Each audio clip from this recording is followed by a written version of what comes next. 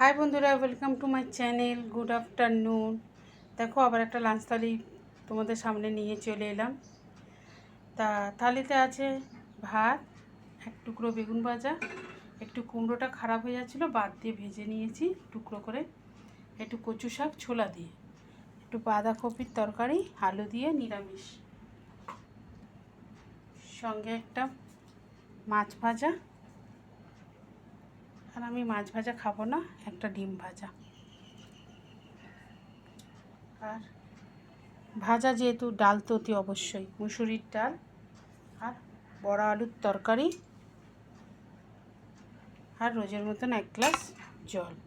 তা কেমন লাগলে বলো, যদি ভালো লাগে তাহলে আমার চ্যানেলটাকে শেয়ার করো, লাইক করো, কমেন্টসে তারা জানাও কেমন লাগছে, আর অতি অবশ্যই সাবস্ক্রাইব করো। তাহলে আজকের মতন টাটা।